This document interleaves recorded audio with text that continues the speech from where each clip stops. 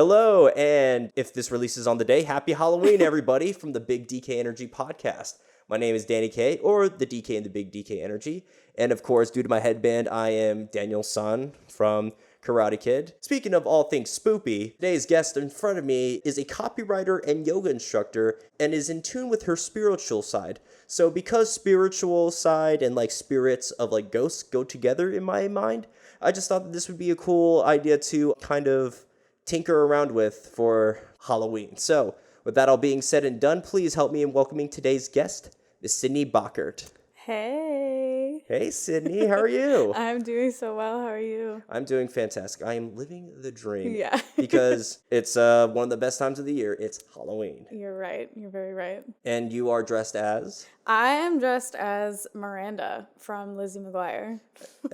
Man, I remember I had a huge crush on Lizzie McGuire when I was in second grade. Yeah, I was all about it. I had all of the themed journals that Lizzie McGuire had just to write in. Oh man, that was a prime tier era of Disney shows. Of course, absolutely. Yeah, and That's a Raven and all that kind of stuff. Yeah. And one of my favorite things to watch of those shows were their Halloween specials. Yeah. Speaking of that, it's that time of year where everything is all, well, not here in Florida, but the leaves up north have turned, actually this weekend was my first time seeing any kind of foliage turning in years. Oh my gosh. Yeah. It's nice to, especially living and being down here, it's nice to get up and go and see, New York. I was just in New York recently and just being able to have the nicer weather where we aren't sweating all day. Yeah, oh my God, absolutely. Because actually, Cidney and I, we met at UCF, and I remember during my freshman year classes, I lived at Nike, which is on the most southern end of campus, and I had to walk 30 minutes to my class. So when I walked back, I had to change my shirt because it was just drenched. Yeah, I went through the same thing my freshman year because I moved from Pennsylvania. So I was not acclimated to how hot Florida was, and I was dressed ridiculously my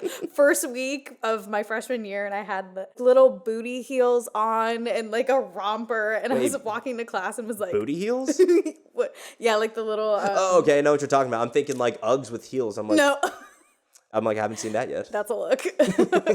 At UGG. At UGG, that's right. So when it comes to Halloween, spooky with all the ghosts and, monsters and all that kind of stuff. And even though it can get kind of scary, it's also really fun because also with the dressing up and all that, it's kind of weird to see how Halloween has turned from a holiday that was brought over from Irish immigrants to what it is today. Mm-hmm. It's really interesting to kind of start and get into the holidays when you're looking at it from a spiritual side. So technically the pagan equivalent of Halloween is called Samhain. Yes. So with that, Samhain is considered one of the times where the veil between this earthly realm and then the realm of ethereal beings and spirits is thinner. So it's so interesting too to see how we dress up now when originally it was to kind of scare away demons and other entities, and now we're let's go out drinking and do a Halloween bar crawl. That's right. You at the end of the night is scarier than the guy in the Scream mask.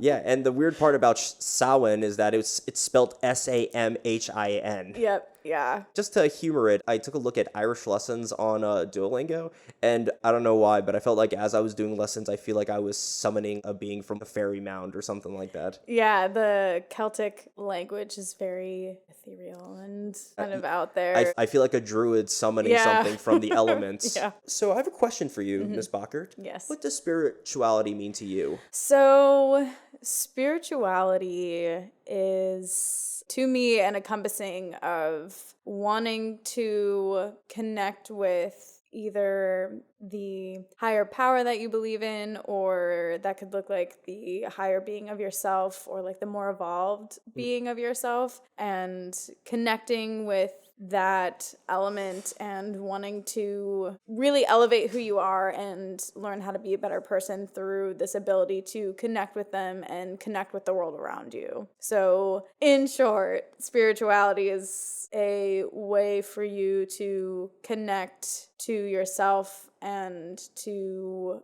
the world, and in turn other people, and help others in the same way. That's awesome. I find the idea of spirituality very interesting because it's almost as if it's its own religion per se, but then many religions, they incorporate spirituality into their lessons, whatever you want to call them, their Right. sermons or whatever. But it varies from different religion to religion what exactly spirituality is. And I think that's a very good, like, neutral way to put it. Right, yeah, definitely. Especially when we look at all religions, there's so many different stories that each religion has, but a lot of times they have the same type of common theme. And spirituality is kind of a way to not necessarily put a hard label on it, but be able to explore those ideas more freely, in a sense, and be able to kind of figure out what works best for you. I agree. It's kind of like how many stories from across the world, it's like you said, it's same story, just different coat of paint, I guess. Right, right. Yeah, and that's how I always thought how humans are so much more connected, even though our cultures are so different. I mean, if you take a look at mythologies, for example, everybody knows Thor, the god of thunder from Norse mythology, whereas Shango is the Orisha from West Africa who controls thunder, but they both have hammers and they're both thunder gods. So it's just like, wait a minute, Scandinavia, Africa, how the hell did they have the same thing when they never met each other? Yeah, absolutely. And I know for Christianity and other like more mainstream religions, there's most always a flood story. Yes, absolutely. Of course. Which, Was there a great flood in Mesopotamian mythology? I'm pretty sure there was. I'll have to look it up. yeah, all the kind of same common themes and common stories. And then when you kind of explore spirituality, it's a way to do that, but not feel like you are so attached to just like one certain ideal or one certain way of being. Is one way to be more spiritual, like being more connected to nature, if that makes more sense? I would definitely say that that's a really great way to get started. I think a lot of times people associate spirituality with like the things that I have in front of me and needing to go out and buy crystals and tarot cards and really fill your space with all of these eccentric ritual tools and things like that. But if that's not in your wheelhouse at the moment, being able to just step outside and really connect to where essentially all things begin, then that is a great way to get started and to connect with yourself. Especially if you're out exploring on your own, then you have to get comfortable being alone and you have to get comfortable with your thoughts and you need to address anything that comes up. So it's a way to shut out any of the distractions that any of the other tools might be, especially if you're looking for certain types of answers. Then you absolutely have to tune in and listen to your intuition and listen to your gut instinct and realize that, okay, maybe I'm distracting myself because whenever I do divination work of some sort, I'm expecting a certain answer. So that's the answer I'm going to create in my head rather than just setting into the moment and allowing yourself to recognize what you need to know. It's kind of like how, like you said, nature is a good place to start, and it's just like, I'm standing in a forest. What's so great about that? It's like, sure, I see everything around me, I feel the breeze, but what does it exactly all mean? Yeah, so one of the things that could really be a good starting point for anyone trying to get into spirituality or even just connect to themselves a little bit more or get out of the city. When you're out in nature, there's going to be a large correlation to the elements. So you'll have the element of air and then you'll have the element of earth, and depending where you are, there may be Well, we're in Florida, so element of fire is everywhere. fire and then water. Oh, and water due to humidity. Yeah, just like sweat. That's right. There was a joke saying that if every part of the U.S. was like Avatar: The Last Airbender, Florida would be the swamp benders. Yeah. It's funny because they're also kind of like southern. Hey, we must be cousins, and I'm like, yep, that's Florida. Yeah. Florida's just a pool of just about everything. It's all right though, because it has its own special bit to nature, even though that it has more mosquitoes. Yeah, this is true. However, one great thing about this time of year with the cooler temperature is that they don't really affect people anymore. Yes, also true because I get bit a lot. So do I. I guess. Perks. I guess we just taste delicious. Yeah. Oh, and speaking of blood tasting delicious, vampires are a big part of Halloween mythology. They are. Hashtag Twilight forever. How'd you like that segue? Yeah, I love that. But I only watched one of the Twilight movies. I forgot which one. It was whatever one that really blew up Taylor Lautner. Or was that his name? Lautner? Probably New Moon. I think that was it. When he had like the longer hair is what I remember. I don't know. My cousin and my sister dragged all of us to go see the movie, and we're like, whatever. Yeah. I'm not going to watch the rest. Yeah. Another thing that connects human, especially mythologies across the world, is almost every single culture has some kind of vampire story. Yeah, of some sort, or Some malevolent being that like sucks life force out of beings. right. Not gonna lie, I'm not saying it sucks because all these monsters that actually come out of people's heads from every culture does sound terrifying, but I feel like I kind of wish it was real just so life would be a bit more interesting. When you think about it, like trying to understand where those ideas even came from, like what sparked that kind of fear, like what the idea was behind creating something like that. I actually heard that some stories like that are meant to just be lessons for children. For example, a scary forest monster is it only attacks at night, so therefore don't go in by yourself. Right. Or there is this one Inuit or Inuk, I don't know what's the appropriate term, but there's this story of this thing called a Quanapalak. It's basically an Inuk mermaid, but it's malevolent. It drowns children that gets too close to the water. So apparently that was their way of saying, don't go too close to the water without parents. Right. Oh man, yeah, just using that good old fear tactic. Absolutely. I mean, Halloween's all about scary stuff, right? Right. Mm-hmm. But at the same time, it's also very cheery. For example, you were up in New York, which I know a very big, I wouldn't say big, but a Halloween hotspot is Sleepy Hollow due to the fact that the story from Washington Irving, I believe is his name. Right. Definitely on my list of places to go. And didn't you go to Salem? I have been to Salem. Yeah, I've been to Salem twice. What's that like? Salem is really beautiful. I had been when I was younger, and then when I went recently, just kind of explored a little bit more. And it's a beautiful oceanside area, and you can be like in the middle of the city and then walk a few blocks down and you're in the port. So it's really beautiful. It's very, very attached to the witchiness of the area and to the trials and... Okay, I was about to say, I bet they really hone in on Halloween. It's like their favorite time of year. Definitely, yeah. So very much connected to the witch trials, and there's a witch museum and then there's a dungeon museum. Oh, that must be horrible. The dungeon museum is pretty intense. I was about to say, like, it's not cool to see. It's not like, oh boy, we get to watch a torture device. But it's like, this was actually used by people centuries ago. Right, yeah. And speaking of going back to nature, like we were saying before, I was watching a few shows about like witches or like a few documentaries about witches. And apparently some of the hysteria that led to some women being convicted was the fact that there was like a fungus in the wheat that they ate that caused them to like have convulsions or like go into some kinds of episodes of mania, I think, like that. Oh, interesting. Yeah, I know too, a lot of very odd, petty situations. The majority of the witch trials started from children, and it would be children targeting, you know, the odd older lady that lived down the street. There really was no substance to it, and then it just took off. Just goes to show you kids suck. I'm just kidding.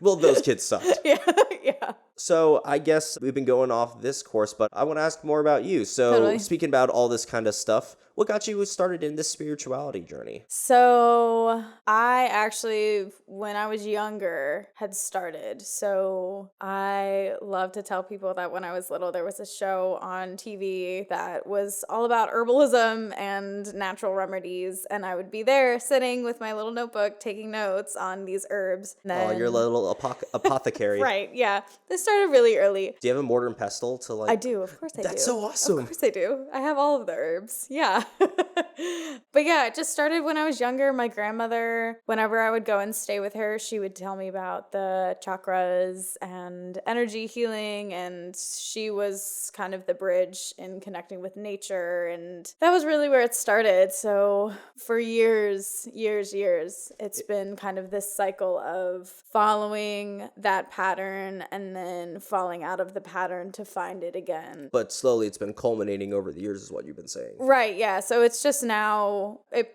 pretty much reached a point where I was getting really back into it after my yoga teacher training in 2019.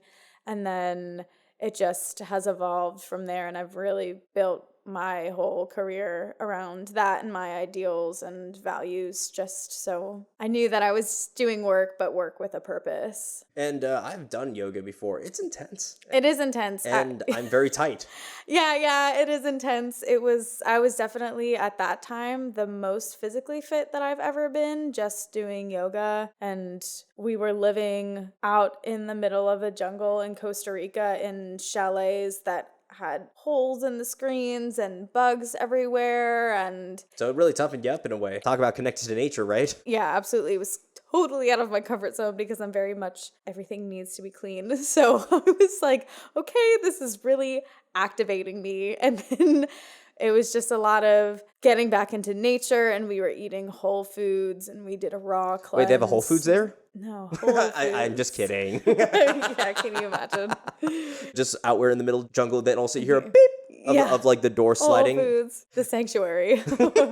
You have the salad bar and everything, but it's like maybe yuca because, that's like locally sourced. Which, by the way, I like yuca fries better than like potato fries. That's just my thing. Yuca's good. So what were some of your favorite memories of Costa Rica when you were there doing your yoga studying? Yeah, so it was, well, the food for one. We had some really great people who were assisting in the teacher training, and they made such good vegan food. Because when we go from having such an intense way of eating, especially in the States, to Costa Rica, where most of the food is whole food, it's good, it's locally grown, it's all of these tropical fruits. You probably feel fantastic when you eat them. You felt so good. It feels so much better. And then for it to taste good too was really great. And then a lot of my more spiritual practices really started to kick off then, because when you are separated from using your phone and being around all these other people, and you're surrounded with a group who all is working towards the same thing, and then you're practicing yoga and you're meditating and you're doing all of these other things throughout the teacher training that really helps to connect you to yourself, then you can kind of kickstart your whole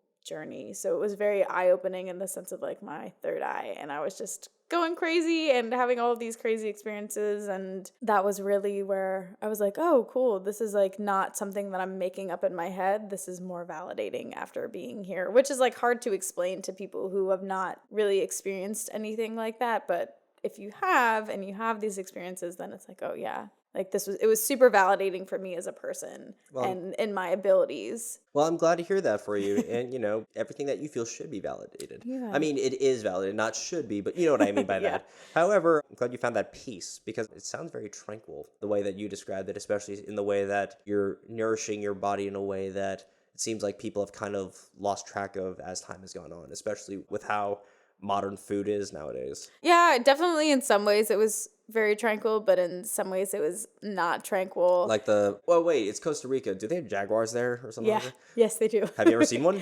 We never saw one, but we could hear one walking around on the roof. The roof? Yeah, the roof of the chalet that had no lock. We were like, oh, okay. Cool. Oh, yeah. It's basically you gave them free dinner. Thanks, guys. Yeah. So there were some experiences like that. And then whenever you put people into an environment where the whole idea is for you to basically shed the layers of yourself that don't serve you on your spiritual path, there's going to be friction, and you're going to feel friction inside, and you're going to have a hard time kind of releasing what you thought you knew, especially when it comes to the ego. Okay, well, I'm always doing what I can to squash my ego down. Of course, I know I'm never going to fully wrangle it down, but I just do what I can, because actually right behind you, I have a book called Ego is the Enemy by Ryan Holiday. Oh, yeah. And so it was a great, insightful book into thinking, maybe I'm acting like a little shit. I need to tone things down a little bit more. Yeah, and it's hard, too, because we have all of these things that feed into it, and we buy certain clothes, and we spend a lot of time on social media, and we do all of this stuff, and it feeds the ego in such a different way.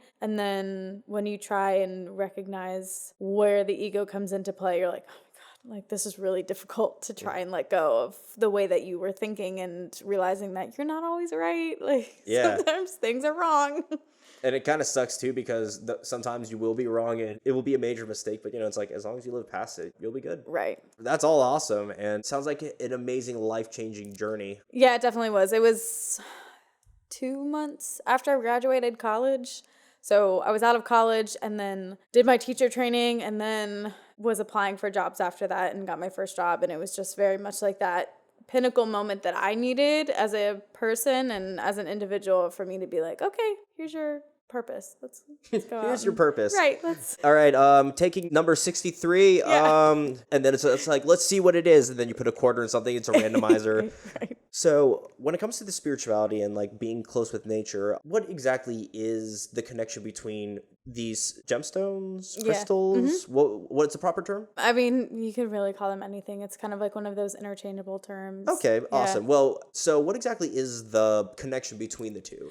So, well, I mean, first, a lot of the stones that you can find right now are mostly made from the earth and harvested from the earth. And then there are definitely some man-made stones. But the idea of using crystals in spirituality is to be able to connect with the energetic essence that's inside of them. So one that I don't have here right now, but this is a pretty good example. There's a clear stone that's called Lemurian quartz. It's connected to the ancient spiritual civilization of Lemuria. And Lemuria was believed to be these very ethereal beings who essentially had all of the answers. And it was a very pleasant group of people. And part of what is believed to be the reason why Atlantis is no longer around is because Atlantis didn't want the humans on the earth to be able to roam freely. So then the Lemurians were like, no, that can't happen. So it caused this turmoil, and then the Lemurians eventually vanished. But they left these stones behind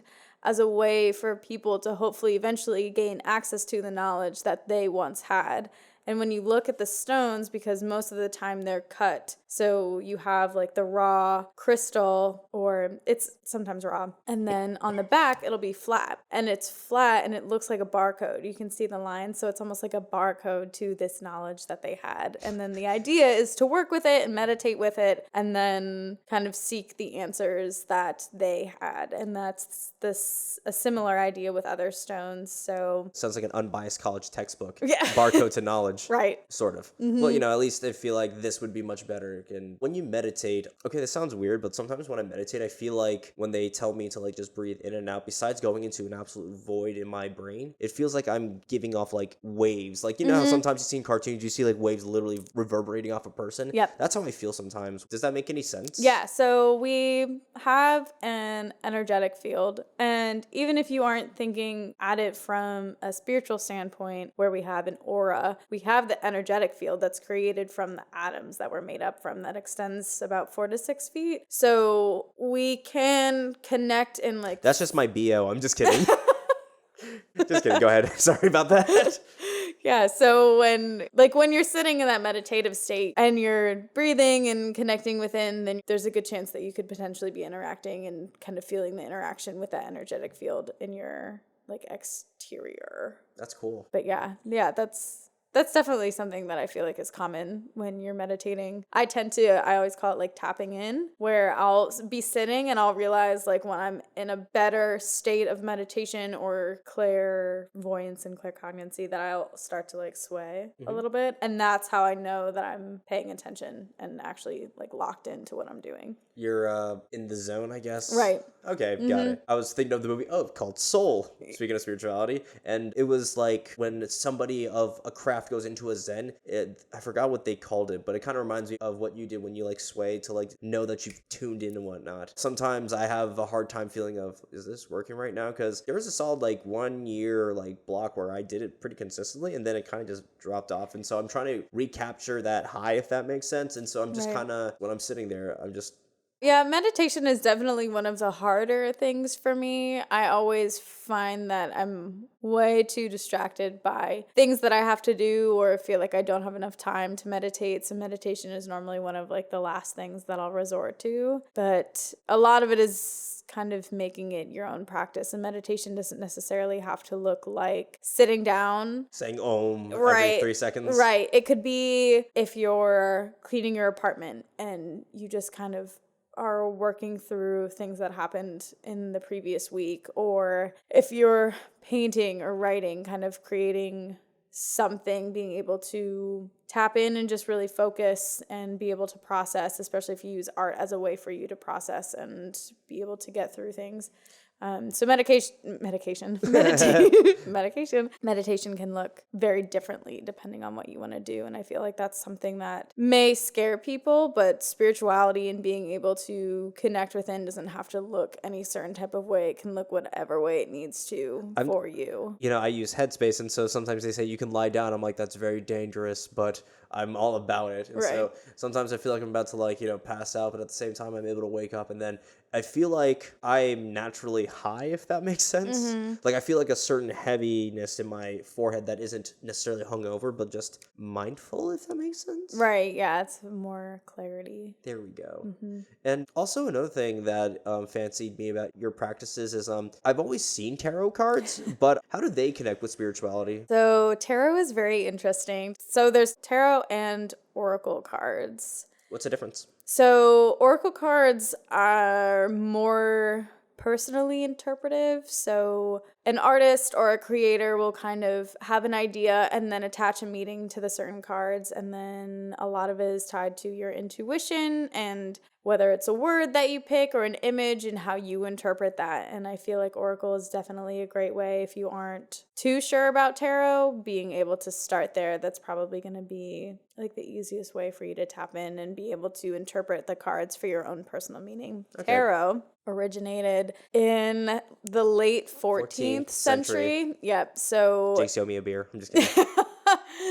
So 14th century? Yeah, 14th century. And it technically was an Italian card game. And people would use it, and then over time it developed into a game more so for the wealthy, and the wealthy would commission artists to come and draw images of themselves or their family members and add it to these decks. And then it eventually, as occult practices became more popular, it was created by a French artist. And then the first tarot deck was made. And then tarot was used in parties as a way to do predictions, because even though tarot is very popular now, the occult and people being interested in occult practices has stemmed for forever. So the deck was made, and then the Rider-Waite deck that was created in the 1700s, I want to say,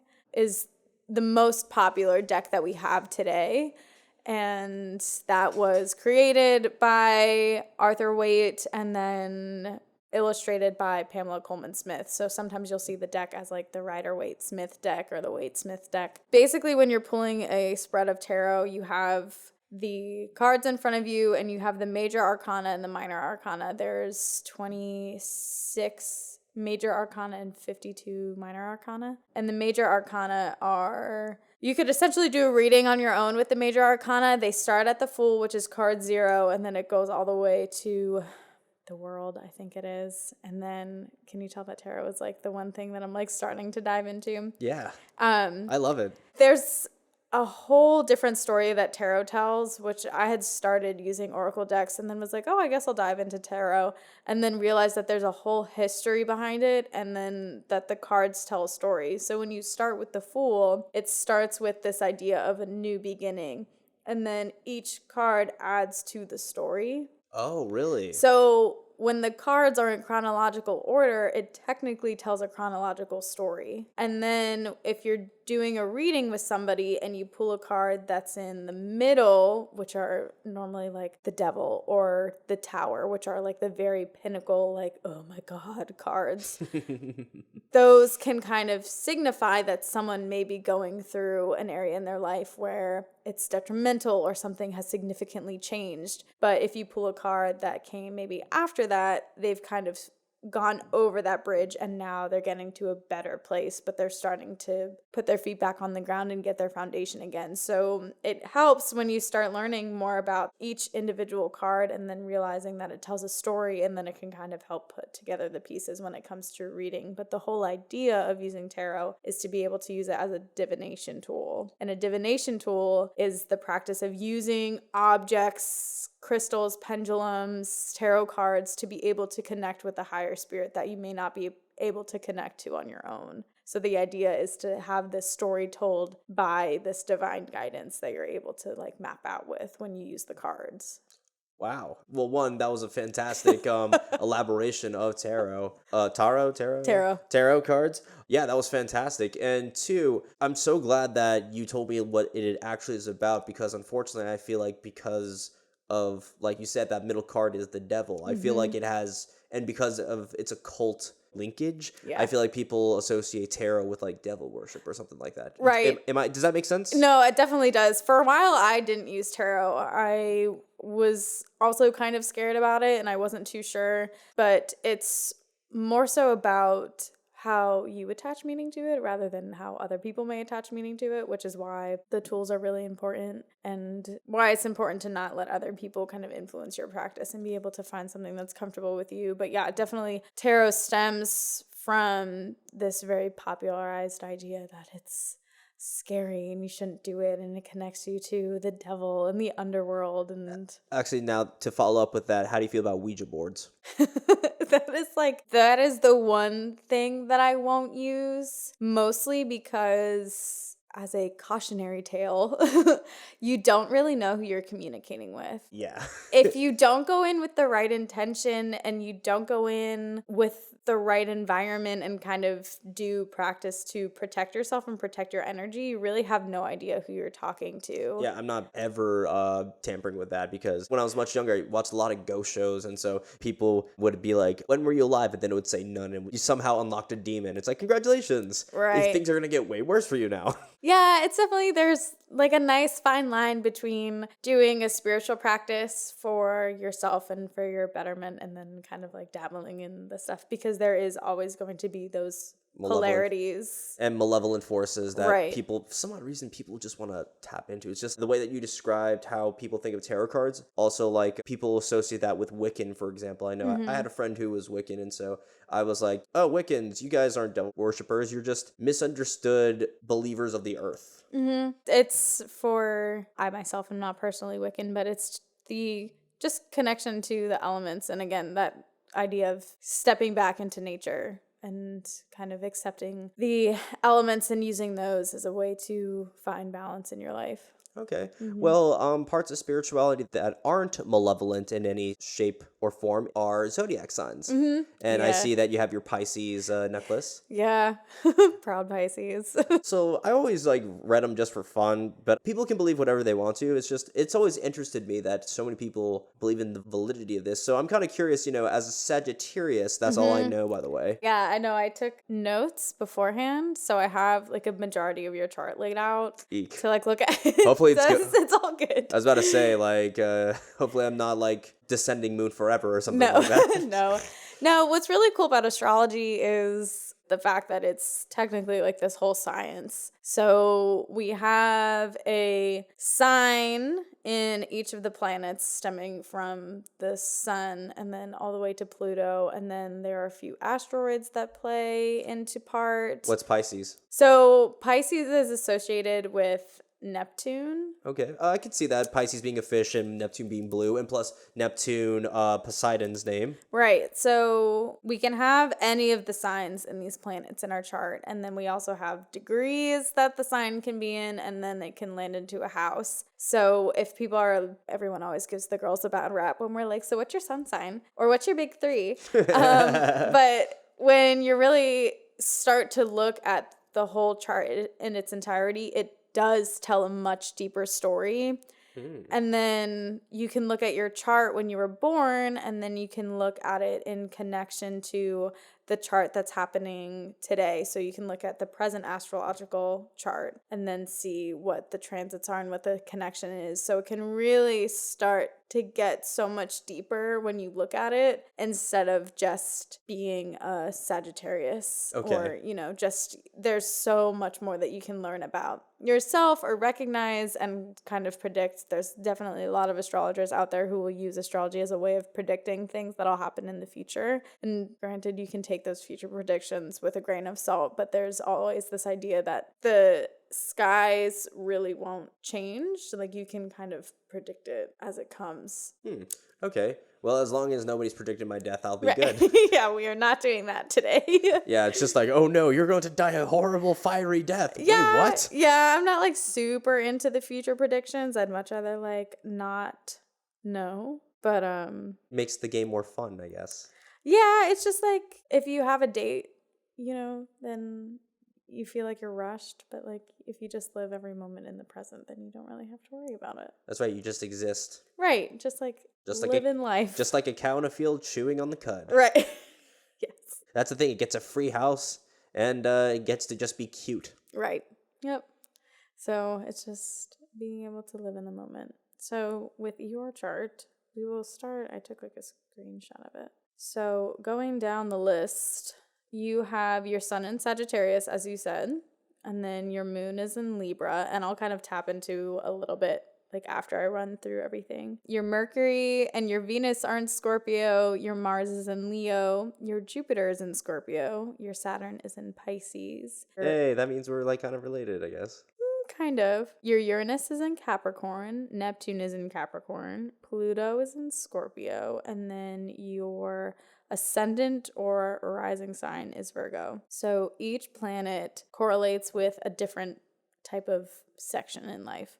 So the sun is like your outward personality, where kind of you're meant to be in life, and like general characteristics. So with the sun in Sagittarius, Sagittarian energy is very much about being optimistic, being outgoing. A lot of Sagittarius people may find themselves liking to be traveling a lot or being adventurous. And then it's also this idea of being able to and wanting to seek new knowledge and learn new skills, learn new things, I mean, philosophy. That's what the show's about. Right. So definitely I would say on point, right? Yeah, absolutely. And then the moon in Libra. So the moon connects to our emotions and how we connect with other people and how we work through our own emotions. So we have the moon in Libra for you, and that's a connection with others and the desire to have strong friendships. And then when we have Libra, we're also looking at this balance. So it's being very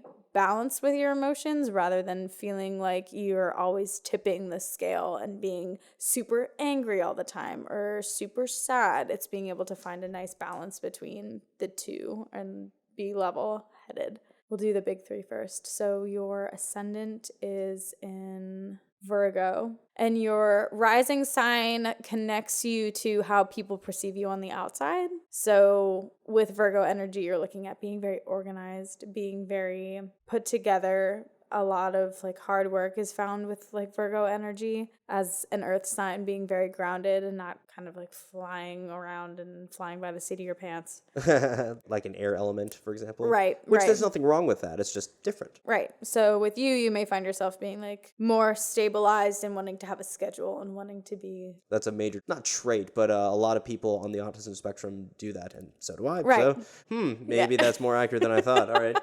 All right, so we have your Mercury in Scorpio, and Mercury is connected to our communication and how we communicate with others. So when it's in Scorpio, Scorpio is a very mysterious and secretive planet. So Some sketchy? No, so it's more so being reserved in your communication. So you may not personally share a lot of information with others, but you're loyal to them and will listen to them when they communicate with you, but you value more deep conversation and a seeking it within that conversation for the truth and being able to help others recognize like their own truth. That's like a big part of Scorpio energy. And that is the same thing for Venus. So Venus is like the planet of love and the planet of the arts. So it's like deep commitment and being focused on the relationships that you're able to cultivate in this lifetime and being loyal to those people. And that's friendships, relationships, business connections that you have, being able to kind of find those connections and be very straightforward and aligned with them. And then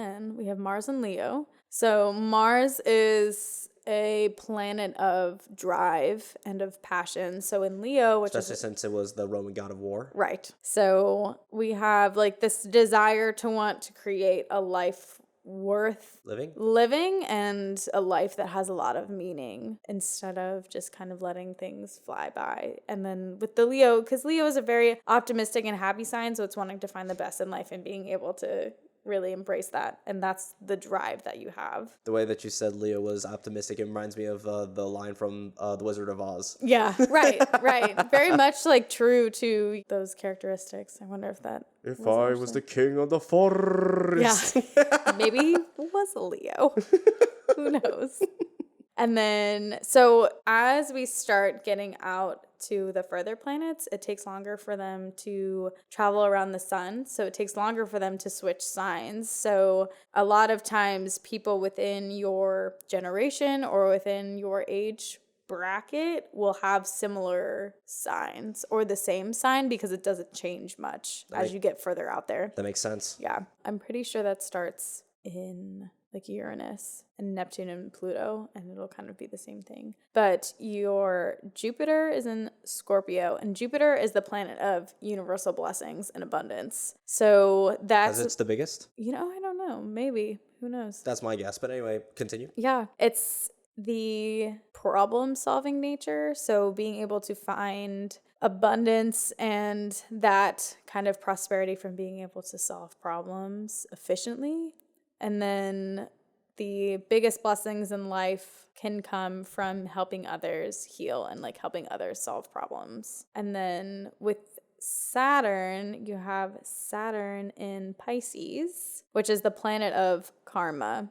So a Saturn in Pisces is, and this is kind of where it's interesting to look at people's charts because you have like your Jupiter in Scorpio, which is about helping others. And then when you look at your Saturn in Pisces, that's more of a solitary sign and solitary placement. So it's like being able to connect within and work alone. And then also this kind of weary perception of others. So my guess would be that those two, even though they're both in a water sign, may kind of add some type of like opposition into your chart where you're looking at, oh, okay, I should be helping others, but sometimes it's hard to trust other people. So that is definitely like when we're looking at a planet that revolves around karma and you have this idea of past lives, that's probably a karmic lesson in this lifetime for you, is to be able to not only be cautious of others, but recognize that you don't have to be cautious of everyone, that not everyone has a malicious intent behind them. Mm-hmm. So this idea that you can find solidarity within yourself, but then also within other people. And by helping yourself and helping others, then you reach this place of abundance. Okay. So your Uranus is in Capricorn, and this is the planet of rebellion.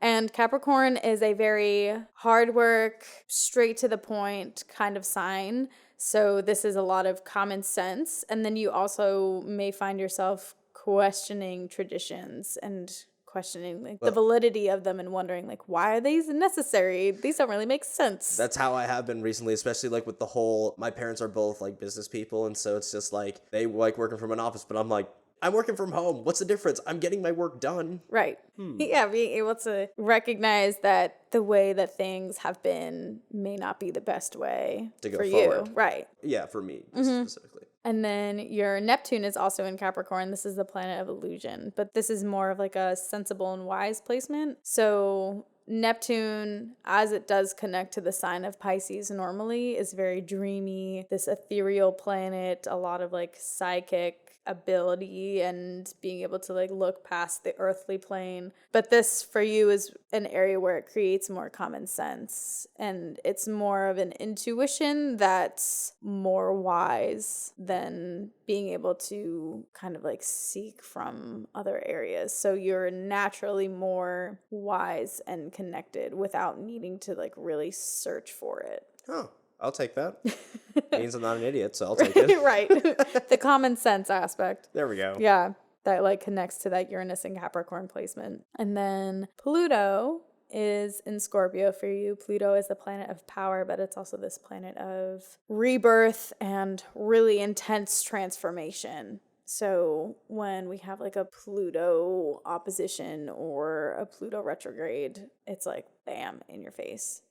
But this for you in the sense of Pluto and Scorpio is like this fear of betrayal. So as we spoke earlier about you kind of wanting to be with the Venus in Scorpio and the Mercury in Scorpio being very committed to people and your relationship with them and being able to communicate with them. And then Pluto in Scorpio is like that low-lying fear of those people that you're closest to betraying you.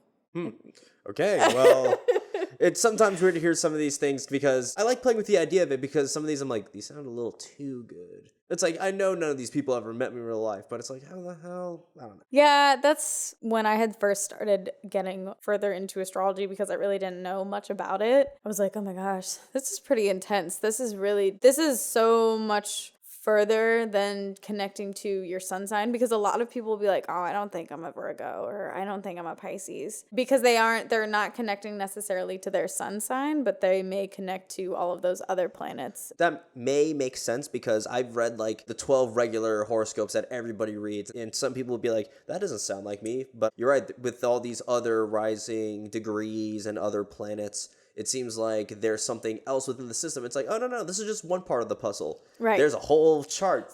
Right. And there is, like, when you pull up your chart, so the site that I used is Astrology Cafe, and it'll pull up a chart, and then it'll pull up another chart, and then it'll pull up a chart of all your houses, and it'll show all of the degrees, and then it calls out some of the oppositions or conjunctions, which are these astrological connections that the planets have. And then it paints like an even deeper picture. Like that was just like hardly the surface level of what your birth chart looks like. What I just gave you. Yeah, it's so much deeper than that. It's not that deep, bro. Right. No, it's very deep, It's very bro. deep. It's indeed deep. Yeah, this is all really cool to listen to because, like I said, some people don't necessarily believe it. And, for me, I'm a touch skeptical. But you know what? I'll entertain the idea because I just think it sounds fun. Yeah. And honestly, the fact that you were able to explain every sign and every planet and how it goes with everything, I thought that was awesome. So thank you, Miss Bachert. Of course. Excellent. So you were talking a lot about me, but now we're going to get to know more of you in the next section, which is the bonus question round. Okay. Cidney, all of what you brought onto the show today was fantastic. I envisioned this is how it was going to go, especially for a Halloween episode. Yeah, thank you. So with that being said, we're going to go into my favorite section of any Big DK Energy episode, which is the bonus question round. 10 questions that you do not know about, but you will still have clients and still have a job afterwards. Good. Well, that's good. So with that being said, are you ready, Cidney? Yes. Excellent. So number 1, if you could create your most ideal Halloween, how would you go about it? For example, where would it be? Describe the ambience, etc. I think my most ideal Halloween would probably not necessarily look like a Halloween party. I am all about the vibes. So it would definitely be a lot of lighting like this with like the orange and purple string lights literally everywhere, all of the candles lit. And I'm a sucker for the Halloween Town movies, a sucker for them. So those would be playing on a loop in addition to Nightmare Before Christmas. That's one of my favorite movies ever. Because I think that flows in my blood. And I would just kind of do that and put like spooky clothes on and be super comfy and cook a lot of like warm, cozy meals. I love like butternut squash ravioli. Oh, actually, I just had some at the wedding I was at. Delicious. Yes, I love a good ravi. So it would be very cozy, I think, and just kind of enjoying myself and enjoying the vibes. I'm just imagining myself. I just feel very warm all of a sudden. So nice and cozy. Oh, man. Question number 2. If you could be a superhero based on being a Pisces, what 3 powers would you have that are related to being a Pisces? Yes. So being a Pisces is decently spiritual placement as a sun sign. So I think that my first superpower would probably be reading minds. Ooh, that's a deadly power. Yeah. Being able to, oh my gosh, move things with telekinesis? My mind. Yes. And then maybe being able to connect with the arts in some deeper sense. Maybe being able to, have you ever seen the machine that, I've seen it on TikTok, they take a machine and they put it on mushrooms or plants and it makes music with Oh, the yeah, plants. I have seen that. Like being able to tap into like the natural frequencies that the organisms have around you and be able to create like a musical harmony with Okay, them. being a natural DJ. Yeah. Ooh, okay. I've never heard that before. That's interesting. Okay, I like it. So, question number 3. If you could transport into a culture's spirit world, which culture would it be, and what would you see in it? I would definitely want to go back to when the ancient civilizations were more connected to the matriarchal goddesses, where there was more of a fine balance between the matriarch and the patriarch societies, where not just this idea of men ruling was kind of a thing. There's like when there was like a high priestess within a civilization. I know more so in like the Middle Eastern cultures, that was kind of a thing very like thousands of years ago. But being able to kind of go back and be within like this setting of a high priestess. Okay, interesting. Yeah. Middle Eastern high priestess, ethereal world. Very much like Isis. Okay, got it. Like the Egyptian goddess, not like the terrorist organization. No. I know, exactly. Trust me. Yes, the goddess Isis. Yeah, trust me. When ISIS came about, I'm thinking, why is everyone talking about Egyptian goddesses all of a sudden? I'm like, oh, that's why. Yeah, definitely more of like, because she was very powerful within like the Egyptian culture and, you know, this absolutely. idea of bringing people back from the dead. And they honored her with like this idea of a high priestess. I was going to say, like, that was Osiris's wife. Right. Yep, that's right. Osiris is the guy that got chopped up by his dick head of a brother. Yep. Oh, and also now that I think about, I wouldn't say it's matriarchal, but for example, I'm thinking the Oracle at Delphi, for example. Okay. I don't know. It's just it's one woman specifically within this temple that basically created predictions for Greece. Yeah, it was either between the high priestess period or ancient Greece, because that's where a lot of the constellations originated from with astrology. So all of the mythological tales that are attached to the constellations stemmed from ancient Greece. Yeah, but a lot of parts of our society Right. stem from ancient Greece. Interesting answers. I'm liking these so far.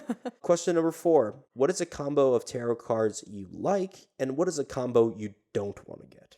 When you're doing like a tarot reading, I think you always want what you want to hear. So any of the more positive, uplifting cards are going to be great. So what are some of those examples? The Fool is a good place to start. That's like new beginnings and new opportunities. And then like the Sun, obviously, given that name in general, is a very like optimistic card to pull. But I feel like there's not necessarily an order of cards that I would hate or love, more so than recognizing that regardless of what I'm doing, most of the time when I pull a reading, even if it's not the best cards, it's the cards that I need to get because it's the message that I'm normally refusing to recognize for myself. Okay, you know what? I like that answer a lot better because that makes a lot more sense. Right.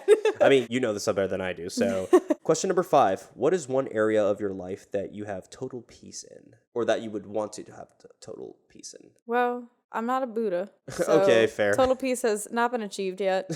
But as close to as possible, if that makes sense. Yeah, I mean, I think that there's a lot of aspects in my life where I'm very content and happy with. And then I definitely think that there are aspects of my life that consistently need work. And because I can say that my spiritual practice would be an area that I'm really content in, but I always know that there's an opportunity for me to be better. Oh, of course. But, you know, you're happy with your spiritual Right. connection. Yeah. I mean, I think the people that I have connections with and close connections with are that's definitely an area in my life where I feel really content. I feel like I've been very blessed, especially as I get older and, you know, meet other people, meet new people. I just am very lucky. Awesome. Number 6, dream vacation and itinerary. I would love to go to Ireland. A good portion of my family is Irish. So I was about to say, is Bachert very Irish? Bachert is actually German. Is it now? So that's my dad's side of the family. My mom's side of the family, my great grandmother, her parents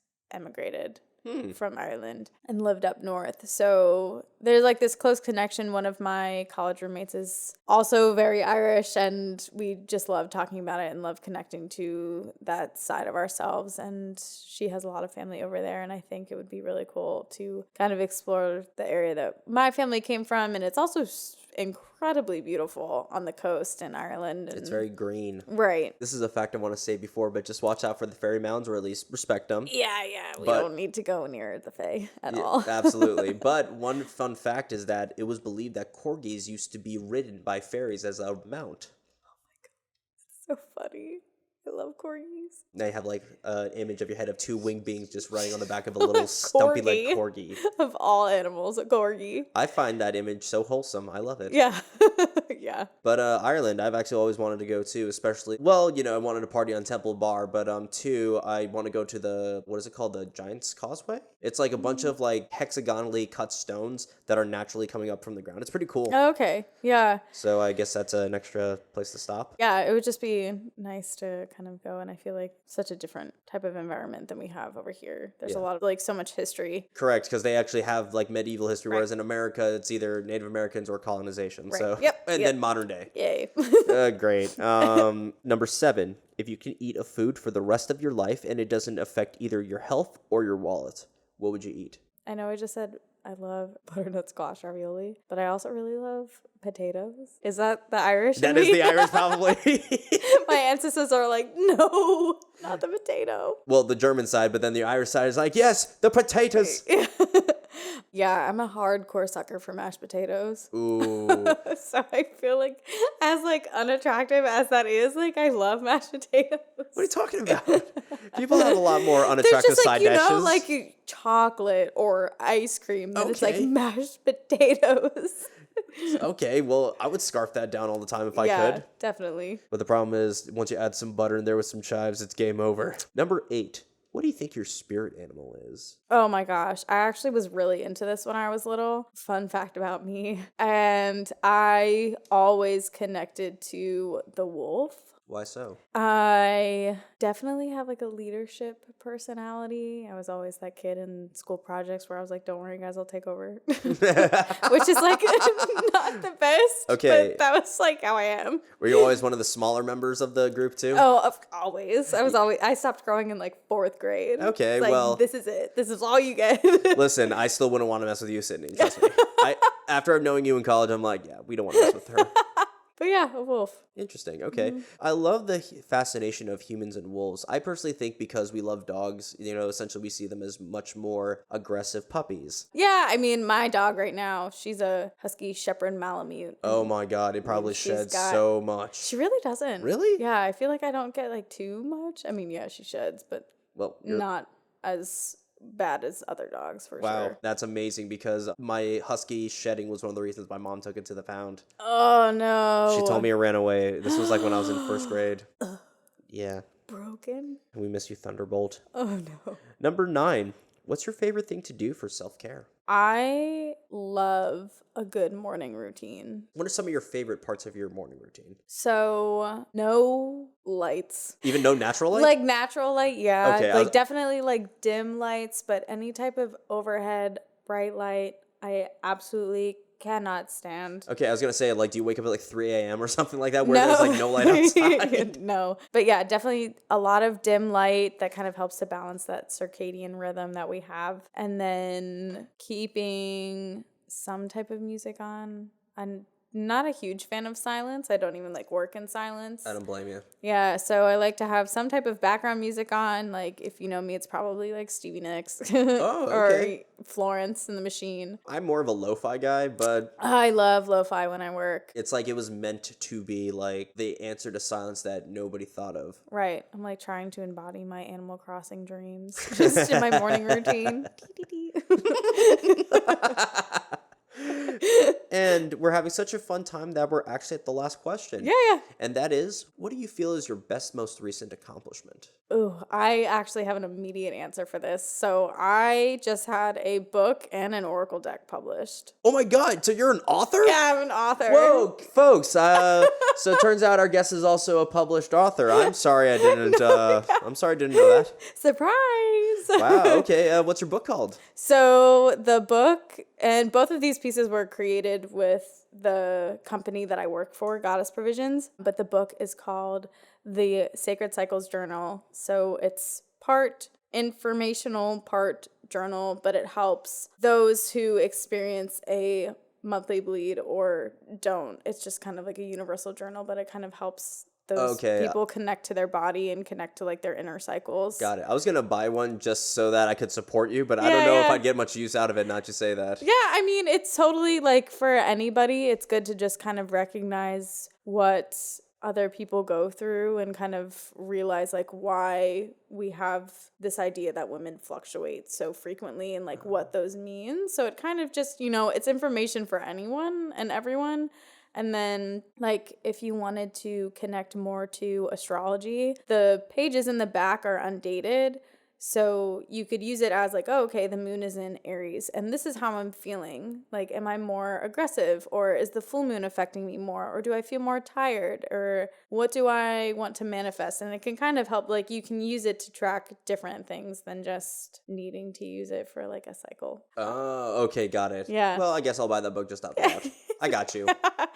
Yeah, and then the deck is called the Spirit Allies Oracle. So it's a 60-card oracle deck. Great. I can just imagine if like guys got the deck, it'd be like, all right, you throw down the sun, man, I turn into defense. And, we play like Yu-Gi-Oh with it. It's like, that's not how it works, guys. Yeah. Well, I mean, if you're like throwing random cards, there's a girl that I see, I think her name is, I don't know how to pronounce it. I feel like it's Tessie. I actually reached out to her about it. But she runs to the camera with the cards in her hand and like throws them and then has like 3 or 2 left. And she's like, this is what's going on in your life. And it's just very wholesome readings. But yeah, there's like no wrong way to do a reading. Is she on TikTok? Or? Yeah. Okay. It's Tessia White. I'll get it from you afterwards. Yeah. Okay. Wow, that's a huge accomplishment. Yeah. So published at 25. Look at Pretty that. rad. That's freaking phenomenal. Good for you, Thank Cidney. you. Wow. So we're just wrapping up the show, and well, one, that was a really cool fact. And Cidney, most importantly, I know that you're just temporarily in the area, but thank you so much for taking some time to stop by. Yeah, of course. Thank you so much for having me. Of course, and for joining us in the spoopiness of the season, as well as talking about spirituality and how it connects both to Halloween as well as to our normal lives. Totally. That is why I think you, Cidney Bachert, have big DK energy. Nice. Awesome. So we're going to put all of her links in the description box below, as well as a link to purchase her book and Oracle card set. Before we head out, Cidney, is there anything else you want to say or promote? No, thank you so much for having me. Of course. So much fun. Excellent. Well, that being said, I'm Danny K of the Big DK Energy Podcast, and we are signing off.